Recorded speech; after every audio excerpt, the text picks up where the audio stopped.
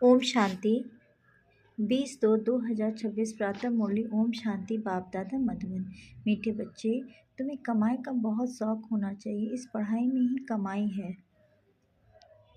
प्रश्न, ज्ञान के बगैर कौन सी खुशी की बात भी विघ्न रूप बन जाती है। उत्तर, साक्षात्कार होना। यह है तो खुशी की बात, लेकिन अगर यथार्थ रूप से ज्ञान नहीं है तो और ही मूझ जाते हैं। समझो किसी को बाप का साक्षात्कार हुआ, बिंदु रेखा, तो क्या समझेंगे, और ही मूझेंगे। इसीलिए ज्ञान के बगैर साक्षात्कार से कोई भी फायदा नहीं, इसमें और ही माया के विघ्न पड़ने लगते हैं। कईयों को साक्षात्कार का उल्टा नशा भी चढ़ जाता है कि तकदीर जगाकर आई हूँ। मीठी मीठी सिखलंदे बच्चों प्रति माता पिता बाप दादा का याद प्यार और गुड मॉर्निंग। रूहानी बाप के रूहानी बच्चे को नमस्ते। धारणा के लिए मुख्य सार, अपनी कमियों को छिपाना भी स्वयं को डगना है। इसीलिए कभी भी अपने से ठगी नहीं करनी है।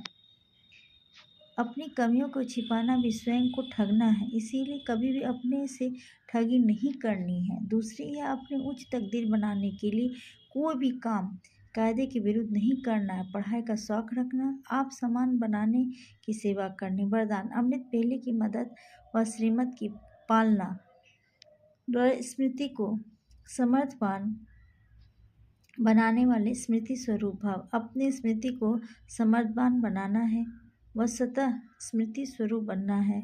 तो अमृत पहले के समय की वैल्यू को जानो।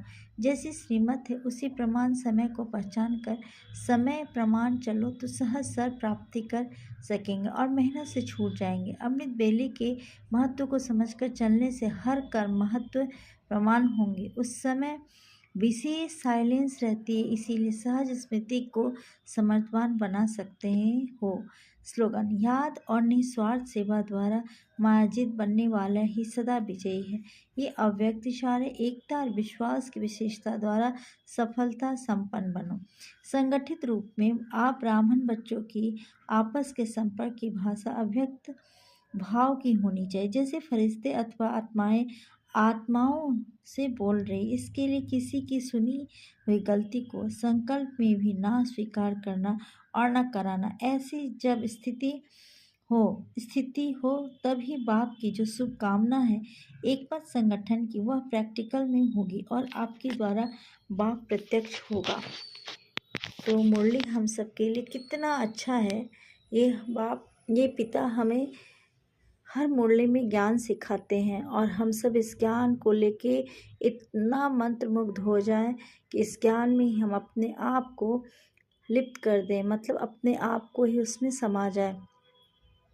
ज्ञान बगैर तो कहता है ना कि कुछ भी नहीं है, तो हमें ज्ञान के बिना कुछ भी नहीं चलेगा। अगर हमें पढ़ाई छोड़ देते हैं तो हमें कहाँ से ज्ञान मिलेगा, और इस ज्ञान के बिना अधूरा जीवन जीना बहुत मुश्किल हो जाएगा।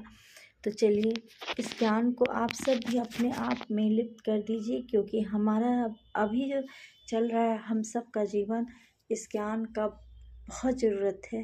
क्योंकि हम लोग के अंदर भी विकार आता है, और अगर विकार आता है तो हम लोग मुरली भी पढ़ते हैं, और दूसरी बात क्या है, हम लोग बाबा से बिल्कुल टचिंग में रहते हैं, टच हो जाते हैं।